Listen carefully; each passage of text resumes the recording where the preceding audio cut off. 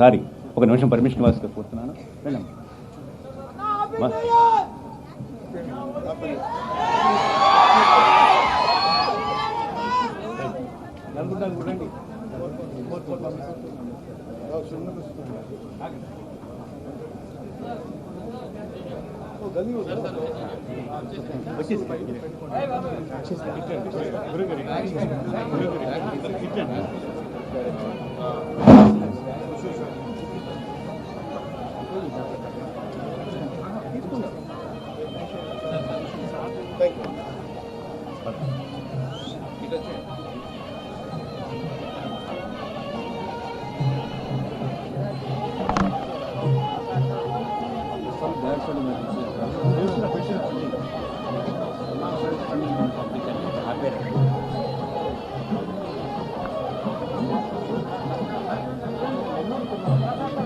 Sir ఇటు చూడండి చూడండి.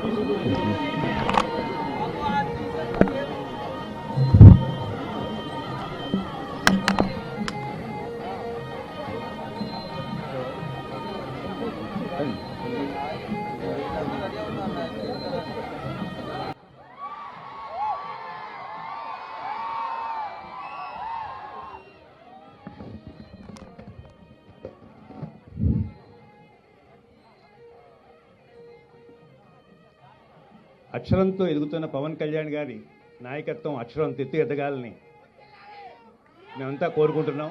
చాలా కృతజ్ఞతలు పొందుతారు. మా కార్యదర్శి లక్ష్మయ్య 2 నిమిషాల్లో వందరు సంపటి చేస్తారు.